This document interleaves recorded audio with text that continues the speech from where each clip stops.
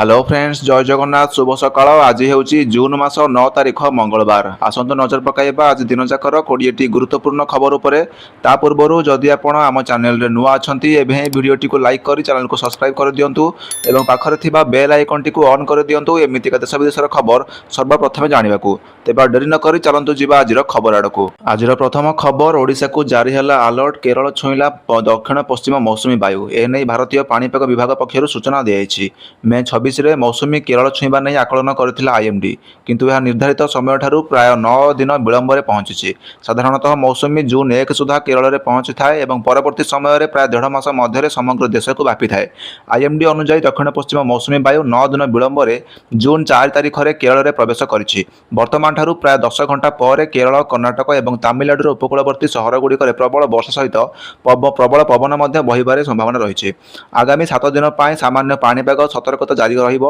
एवं बासिंदा माने सतर्क रहिबा बोली पाणीपाग विभाग सतर्क कराइछि आईएमडी अनुसार मौसुमी प्रवेश करबा परे आगामी किछि दिन मध्य राजस्थान पंजाब हरियाणा चंडीगढ़ दिल्ली मध्य प्रदेश छत्तीसगढ़ तेलंगाना ओडिशा उत्तराखंड एवं हिमाचल प्रदेश समेत 25टी राज्य में झड़ वर्षा एवं प्रबल पवन बहिबार संभावना रही ओडिशा रे 4 दिन धरी झड़ वर्षा एवं वज्रपात होई पारे राजस्थान हिमाचल एवं उत्तराखंड रे प्रबल वर्षा एवं कुआपथर वर्षा हेबा नै सतर्कता जारी करा जायछि परवर्ती खबर 942 टंका पार हैला घरोई सिलिंडर एबे आपनक बैंक अकाउंट रु केते टंका सब्सिडी पाइबे सरकार घरोई एलपीजी मूल्य रे परिवर्तन करा जायछि एवं नुवा दर रविवार 7 जून रु लागू हेबाकू जाउछि सिलिंडर पिछा 29 टंका सांप्रतिक वृद्धि पर घरोई गैस रो एबे आहुरी महंगा हो जायछि तेल कंपनी गुड़िकर द्वारा गत मार्च 7 तारिख रे एलपीजी मूल्य रे सिलिंडर पिछा 60 टंका वृद्धि करा जिबार प्राय 3 मास पर एही मूल्य वृद्धि पाइछि यही सदतम परिवर्तन पर 14.2 किलोग्राम विशिष्ट घर एलपीजी सिलिंडर मूल्य एवं दिल्ली में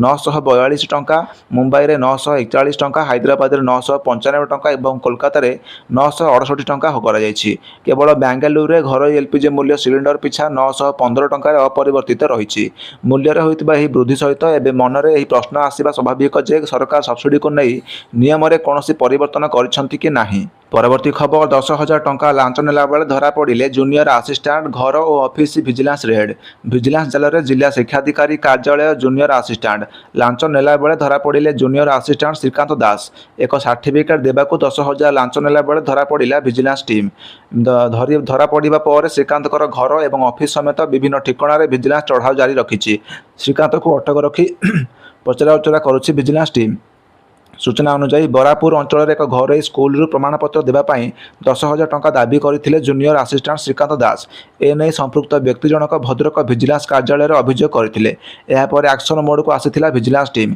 पूर्व योजना मुताबक आज 10,000 टंका लांच नेला बेले जूनियर आसिस्टांट श्रीकांत दास धरी टीम तांको निकटतर टंका जबत करथिला विजिलेंस यह ऑफिस घर समेत विभिन्न ठिकाना चढ़ाऊ कर लांच नेला बेले मामलें श्रीकांत को अटक रखी पचरा उचरा करुछि विजिलेंस आगको विरुद्ध में कड़ा कार्यानुष्ठान नियाजिबो बोली सूचना मिली परवर्ती खबर राजधानी में लज्जाजनक घटना युवती को हॉस्टेल को डाकी नहीं होटेल दुष्कर्म अभियोग राजधानी में चांचल्य युवती को हॉस्टेल को डाकी नहीं होटेल दुष्कर्म धौली अंचल में घटी एभली लज्जाजनक घटना एने थाना अभियोग कर युवती एतला आधार में पुलिस तदंत कार्यक्रम आरंभ करिछि सूचना अनुसार रविवार धौली अंचल में एभली लज्जाजनक घटना घटी युवती पुरुष बंधु रविवार होटेल को डाकी पुरुष बंधु को विश्वास कर युवती जनक सेठारे पहुंची हेले सेठारे तांकर इच्छा विरुद्ध में पुरुष बंधु बलपूर्वक तांको दुष्कर्म करिवार नै अभियोग होइछि एने युवती तांकर धौली थाना रे एतला दैछंती युवती अभियोग आधार में पुलिस तदंत कर अभियुक्त को गिरफ्त करने बेले सेपटे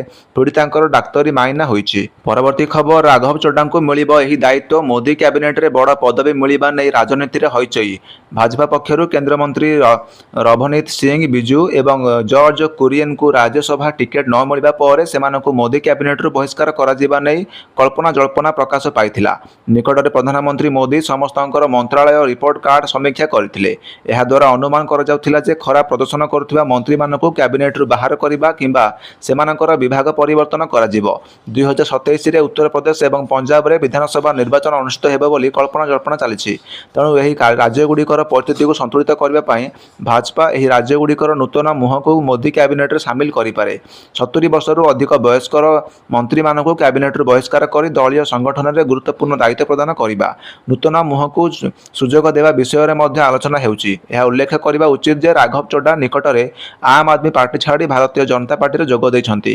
से ଥରେ ଅରବିନ୍ଦ କେଜରିୱାଲଙ୍କ ନିକଟତର ଥିଲେ କିନ୍ତୁ ବର୍ତ୍ତମାନ ସେ ଭାଜପାର ନିକଟତର ଅଟନ୍ତି। ଆପ୍ ଛାଡ଼ିବା ପରେ ମଧ୍ୟ ଦଳ ତାଙ୍କର ରାଜ୍ୟସଭା ସାଂସଦ ପଦବୀ ବଜାୟ ରଖିଛି। ଯେହେତୁ କେନ୍ଦ୍ର ଅର୍ଥ ରାଷ୍ଟ୍ରମନ୍ତ୍ରୀ ପଙ୍କଜ ଚୌଧୁରୀଙ୍କ ୟୁପି ଭାଜପା ସଭାପତି ନିଯୁକ୍ତି କରାଯାଇଛି, ତେଣୁ ତାଙ୍କର ସ୍ଥାନରେ ରାଘବଙ୍କୁ ମନ୍ତ୍ରୀ ପଦ ପ୍ରଦାନ କରାଯାଇପାରେ। ଏହା ଉଲ୍ଲେଖନୀୟ ଯେ ରାଘବ ଚୋଡା ପେଶାରେ ଜଣେ ଚାର୍ଟାର୍ଡ ଆକାଉଣ୍ଟାଣ୍ଟ ସାରା ଦେଶର ଯୁବପିଢ଼ିଙ୍କ ମଧ୍ୟରେ ବହୁତ ଲୋକପ୍ରିୟ ମଧ୍ୟ ଅଟନ୍ତି। ଆମ୍ ଆଦମୀ ପାର୍ଟିରେ ଥିବା ସମୟରେ ମଧ୍ୟ ସେ ସଂଶୋଧନରେ ଯୁବ କେନ୍ଦ୍ରୀୟ ପ୍ରସଙ୍ଗକୁ ଲଗାତାର ପ୍ରଶ୍ନ ଉଠାଇଥିଲେ। ଏହା ତାଙ୍କୁ ସୋସିଆଲ ମିଡ଼ିଆରେ ଯୁବପିଢ଼ିଙ୍କ ମଧ୍ୟରେ ବହୁତ ଲୋକପ୍ରିୟ କରିଥିଲା। ତାଙ୍କର ଇନଷ୍ଟାଗ୍ରାମ ରିଲ୍ସ ମଧ୍ୟ ବହୁତ ଭାବରେ ଦେଖାଯାଏ। ଯେହେତୁ ଆସନ୍ତା ବର୍ଷ ପଞ୍ଜାବ ବିଧାନସଭା ନିର୍ବାଚନ ହେବାକୁ ଯାଉଛି ଏବଂ ରାଘବ ପଞ୍ଜାବରୁ ସାଂସଦ, ତେଣୁ ସେ ମୋଦି କ୍ୟାବିନେଟରେ ପ୍ରମୁଖ ସ୍ଥାନରେ ପାଇପାରନ୍ତି। ପରବର୍ତ୍ତୀ ଖବର, ବଙ୍ଗୋପସାଗରରେ ବଢ଼ୁଛି ସ୍ଥିତି, ଓଡ଼ିଶା ମୁହାଁ ମୌସୁମୀ ବାୟୁ। ଓଡ଼ିଶାକୁ ଦକ୍ଷିଣ ପଶ୍ଚିମ ମୌସୁମୀ ବାୟୁ ଅଗ୍ରସର ପାଇଁ ବଙ୍ଗୋପସାଗରରେ ଲଘୁଚାପ ଦରକାର, କିନ୍ତୁ ଏପର୍ଯ୍ୟନ୍ତ ବଙ୍ଗୋପସାଗରରେ ଘୂର୍ଣ୍ଣିବଳୟ କି ଲଘୁଚାପ ସୃଷ୍ଟିର କୌଣସି ସଂକେତ ମିଳୁନାହିଁ। ପୂର୍ବରୁ ଦକ୍ଷିଣ ପୂର୍ବ ବଙ୍ଗୋପସାଗର ବାୟୁମଣ୍ଡଳରେ ଆର୍ଦ୍ରତା ଥିଲା। ଏବେ ଦକ୍ଷିଣ ପଶ୍ଚିମ କେନ୍ଦ୍ରୀୟ ବଙ୍ଗୋପସାଗରର ବାୟୁମଣ୍ଡଳକୁ ଆର୍ଦ୍ରତା ଆସିଲାଣି। ଗତ 48 ଘଣ୍ଟା ପୂର୍ବେ ବଙ୍ଗୋପସାଗରରେ ଯେଉଁ ଆର୍ଦ୍ରତା ସ୍ଥିତି ଥିଲା, ବର୍ତ୍ତମାନ ଦେଖିଲେ ଆର୍ଦ୍ରତା ସ୍ଥିତିରେ ପରିବର୍ତ୍ତନ ଆସିଛି। ତେଣୁ ଓଡ଼ିଶା ଆଡ଼କୁ ଦକ୍ଷିଣ ପଶ୍ଚିମ ମୌସୁମୀ ବାୟୁ ଅଗ୍ରସର ହେଉଛି ବୋଲି ପାଣିପାଗ ବିଶେଷଜ୍ଞ ପ୍ରଫେସର ସୁରେନ୍ଦ୍ରନାଥ ପଶୁପାଳକ କହିଛନ୍ତି। ତ ଓଡ଼ିଶା ଆଡ଼କୁ ଆସୁଛି ସାମୁଦ୍ରିକ ଆର୍ଦ୍ରତା, ଦକ୍ଷିଣ ପଶ୍ଚିମ ମୌସୁମୀ ବାୟୁ ବଙ୍ଗୋପସାଗର ଆଡ଼କୁ ବଢ଼ି ଚାଲିଛି। ପରବର୍ତ୍ତୀ ଖବର, ଖାନ୍ ସାର୍ଙ୍କ ନାଁରେ 2 କୋଟି ଟଙ୍କାର ମାନହାନି ମକଦ୍ଦମା ରୁଜୁ କଲେ ବିଶିଷ୍ଟ ସାମ୍ବାଦିକ ଅଞ୍ଜନା ଓମ୍ କଶ୍ୟପ। ଏବେ ସାରା ଦେଶରେ ଚର୍ଚ୍ଚାରେ ଥିବା ଖାନ୍ ସାର୍ଙ୍କ ବିରୁଦ୍ଧରେ ଜଣାଶୁଣା ନ୍ୟୁଜ୍ ଆଙ୍କର ଅଞ୍ଜନା ଓମ୍ କଶ୍ୟପଙ୍କର ମକଦ୍ଦମା। ଜଣାଶୁଣା ବରିଷ୍ଠ ସାମ୍ବାଦିକା ଅଞ୍ଜନା ଓମ୍ କଶ୍ୟପ ଏବେ ଟିଭି ଟୁଡେ ନେଟୱାର୍କ ବା ଆଜ୍ ତକ୍ ପକ୍ଷରୁ ଲୋକପ୍ରିୟ ୟୁଟ୍ୟୁବର ତଥା ଶିକ୍ଷକ ଖାନ୍ ସାର୍ ଓରଫ ଫୈଜଲ ଖାନ୍, ଅଭିନୟ ଶର୍ମା ଓରଫ ଅଭିନୟ ମ୍ୟାଥ ଏବଂ ଅନ୍ୟ କେତେକ ବ୍ୟକ୍ତିଙ୍କ ବିରୁଦ୍ଧରେ ଦିଲ୍ଲୀରେ ହାଇକୋର୍ଟରେ 2 କୋଟି ଟଙ୍କାର ମାନହାନି ମକଦ୍ଦମା ଲାଗୁ କରିଛନ୍ତି। ଆସନ୍ତାକାଲି ଅର୍ଥାତ୍ ଜୁନ୍ 8 ତାରିଖ ସୋମବାର ଦିନ କୋର୍ଟରେ ଏହି ମାମଲା ଶୁଣାଣି ହେବ। କିଛି ଦିନ ତଳେ ଆଜ୍ ତକ୍ ଏବଂ ଏକ ଟିଭି ଡିବେଟ୍ ଶୋରେ ଅଞ୍ଜନା ଓମ୍ କଶ୍ୟପ ଅନଲାଇନ୍ ଏଜୁକେଟର୍ସ ବା ଷ୍ଟାର ଶିକ୍ଷକମାନଙ୍କୁ କଡ଼ା ସମାଲୋଚନା କରିଥିଲେ। ନିଟ୍ 2026 ପ୍ରଶ୍ନପତ୍ର ଲିକ୍, ସିବିଏସ୍ଇ ରେଜଲ୍ଟ ଏବଂ ବିଭିନ୍ନ ଶିକ୍ଷା ଦୁର୍ନୀତି ଉପରେ ଏହି ଶିକ୍ଷକମାନେ ରଖୁଥିବା ମତାମତକୁ ନେଇ ସେ ପ୍ରଶ୍ନ ଉଠାଇଥିଲେ। ଏହିପରିକି ସେ ଏହି ଶିକ୍ଷକମାନଙ୍କର ପାଇଁ କିଛି କଟୁ ଶବ୍ଦ ଯେପରିକି ଦୋ କଡ଼ି କେ ଟିଚର୍ସ ବ୍ୟବହାର କରିଥିବାର ଅଭିଯୋଗ ହୋଇଥିଲା। ଏହାକୁ ନେଇ ଖାନ୍ ସାର୍ ଏବଂ ଅନ୍ୟାନ୍ୟ ୟୁଟ୍ୟୁବର ଶିକ୍ଷୟିତ୍ରୀମାନେ ତୀବ୍ର ପ୍ରତିକ୍ରିୟା ପ୍ରକାଶ କରିଥିଲେ। ଗରିବ ଏବଂ ମଫସଲ ଅଞ୍ଚଳରେ ପିଲାମାନଙ୍କୁ ଶସ୍ତାରେ ଗୁଣାତ୍ମକ ଶିକ୍ଷା ଦେବାରେ ଡିଜିଟାଲ ପ୍ଲାଟଫର୍ମର ଏକ ଭୂମିକାକୁ ସେମାନେ ଦୃଢ଼ ଭାବରେ ଉପସ୍ଥାପନ କରିଥିଲେ। ପିଟିସନ ଦର୍ଶାଯାଇଛି ଯେ ଖାନ୍ ସାର୍ ଏବଂ ଅନ୍ୟ ଶିକ୍ଷକମାନେ ନିଜର ଭିଡ଼ିଓରେ ଅଞ୍ଜନା ଓମ୍ କଶ୍ୟପ ଏବଂ ମେନ୍ ଷ୍ଟ୍ରିମ୍ ମିଡ଼ିଆ ବିରୁଦ୍ଧରେ ଅତ୍ୟନ୍ତ ଆପତ୍ତିଜନକ ଶବ୍ଦ ବ୍ୟବହାର କରିଛନ୍ତି। ସେମାନେ ସାମ୍ବାଦିକକୁ ବିକାଉ ପତ୍ରକାର ବା ବିକ୍ରି ହୋଇଥିବା ସାମ୍ବାଦିକ, ଚାଟୁକାର, ଦଲାଲି, ଫେକ୍ ନ୍ୟୁଜ୍ ଦୋକାନ, ଗୋଦି ମିଡ଼ିଆ ଭଳି ଶବ୍ଦ ପ୍ରୟୋଗ କରି ମିଡ଼ିଆର ବିଶ୍ୱସନୀୟତା ଉପରେ ପ୍ରଶ୍ନ ଉଠାଇଥିଲେ। ଏହି ଭିଡ଼ିଓ ଏବଂ ସୋସିଆଲ ମିଡ଼ିଆ ପୋଷ୍ଟ ଯୋଗୁଁ ସେମାନଙ୍କର ସାମାଜିକ ପ୍ରତିଷ୍ଠା ଏବଂ ସମ୍ମାନରେ ଗଭୀର ଆଘାତ ଲାଗିଥିବାର ଆବେଦନ ଦର୍ଶାଇଛନ୍ତି। ପରବର୍ତ୍ତୀ ଖବର, ଆହୁରି ମହଙ୍ଗା ହେବ ଏଲ୍ପିଜି ଗ୍ୟାସ୍ ସିଲିଣ୍ଡରର ଦର, ସ୍ପଷ୍ଟ କଲେ କେନ୍ଦ୍ର ସରକାର। କାରଣ କହିଲେ କ'ଣ, ଆସନ୍ତୁ ଜାଣିବା। ଆମେରିକା ଇରାନ ଯୁଦ୍ଧ ଯୋଗୁଁ ଭାରତରେ ଲୋକମାନେ ମଧ୍ୟ ମୁଦ୍ରାସ୍ଫୀତିର ଶିକାର ହେଉଛନ୍ତି। ଗତ କିଛି ଦିନ ମଧ୍ୟରେ ପେଟ୍ରୋଲ, ଡିଜେଲ ଏବଂ ବାଣିଜ୍ୟିକ ଏବଂ ଘରୋଇ ଏଲ୍ପିଜି ଗ୍ୟାସ୍ ସିଲିଣ୍ଡରର ମୂଲ୍ୟ ବୃଦ୍ଧି ପାଉଛି। ତଥାପି ଏହି ମୁଦ୍ରାସ୍ଫୀତି ପ୍ରଭାବ ଏପର୍ଯ୍ୟନ୍ତ ବନ୍ଦ ହୋଇନାହିଁ, ବରଂ ଭବିଷ୍ୟତରେ ଏହା ଆହୁରି ବୃଦ୍ଧି ପାଇବ ବୋଲି ସମ୍ଭାବନା ମଧ୍ୟ ଦେଖାଦେଇଛି। ସରକାର ନିଶ୍ଚିତ କରିଛନ୍ତି ଯେ ଭବିଷ୍ୟତରେ ଘରୋଇ ଗ୍ୟାସ୍ର ମୂଲ୍ୟ ଆହୁରି ବଢ଼ିବାର ସମ୍ଭାବନା ରହିଛି। ସରକାରଙ୍କ ପକ୍ଷରୁ ବିବୃତ୍ତି କ'ଣ, ଆସନ୍ତୁ ଜାଣିବା। ସମ୍ପ୍ରତି କେନ୍ଦ୍ରମନ୍ତ୍ରୀ ପ୍ରହ୍ଲାଦ ଯୋଶୀ କହିଛନ୍ତି ଯେ ଆଗାମୀ ସମୟରେ ପେଟ୍ରୋଲ ଏବଂ ଡିଜେଲ ମୂଲ୍ୟ ମଧ୍ୟ ବୃଦ୍ଧି ପାଇପାରେ। ସେ କହିଛନ୍ତି ଯେ ଗ୍ୟାସ୍ ସିଲିଣ୍ଡର ମୂଲ୍ୟ ମଧ୍ୟ ବୃଦ୍ଧି ଯୋଗୁଁ ଆମେ ମଧ୍ୟ ଦୁଃଖିତ, କିନ୍ତୁ ଏମାନଙ୍କୁ ସମାଲୋଚନା କରିବା ପୂର୍ବରୁ ଲୋକମାନେ ବର୍ତ୍ତମାନର ବିଶ୍ୱ ପରିସ୍ଥିତିକୁ ବୁଝିବା ଉଚିତ। ସମଗ୍ର ବିଶ୍ୱ ବର୍ତ୍ତମାନର ଅନେକ ଗଭୀର ସଂକଟର ସମ୍ମୁଖୀନ ହେଉଛି। ସେ ଆହୁରି ମଧ୍ୟ କହିଛନ୍ତି ବିଶ୍ୱବ୍ୟାପୀ ସାମଗ୍ରିକ ପରିବହନ ଏବଂ ଯୋଗାଣ ପରିବାର ପ୍ରଭାବିତ ହେଉଛି। ଏଲ୍ପିଜି ମଧ୍ୟ ବର୍ତ୍ତମାନ ବହୁତ ସୀମିତ ଉତ୍ସରୁ ଉପଲବ୍ଧ ହେଉଛି। ଫଳସ୍ୱରୂପ ଯୋଗାଣ ଏବଂ ମୂଲ୍ୟ ଉପରେ ଚାପ ବୃଦ୍ଧି ପାଇଛି। ପରବର୍ତ୍ତୀ ଖବର, ଆଫଗାନିସ୍ତାନକୁ ଧୂଳି ଚଟାଇଲା ଭାରତ। ଗୋଟିଏ ଇନିଂସରେ ଏବଂ 300 ରନ୍ର ବଡ଼ ବ୍ୟବଧାନରେ ଜିତିଲା ଟିମ୍ ଇଣ୍ଡିଆ। ଚାଲିଥିବା ମଲ୍ଟି ଫର୍ମାଟ୍ ସିରିଜ୍ରେ ଏକମାତ୍ର ଟେଷ୍ଟ ମ୍ୟାଚ୍ରେ ଆଫଗାନିସ୍ତାନ ବିପକ୍ଷରେ ଭାରତୀୟ ଦଳ ଚମତ୍କାର ପ୍ରଦର୍ଶନ କରିଛି।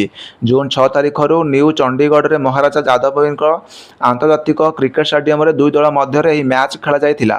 ଏଥିରେ ଟିମ୍ ଇଣ୍ଡିଆ ଗୋଟିଏ ଇନିଂସ ଏବଂ 300 ରନ୍ରେ ଖୁବ୍ ସହଜରେ ବିଜୟୀ ହୋଇଛି।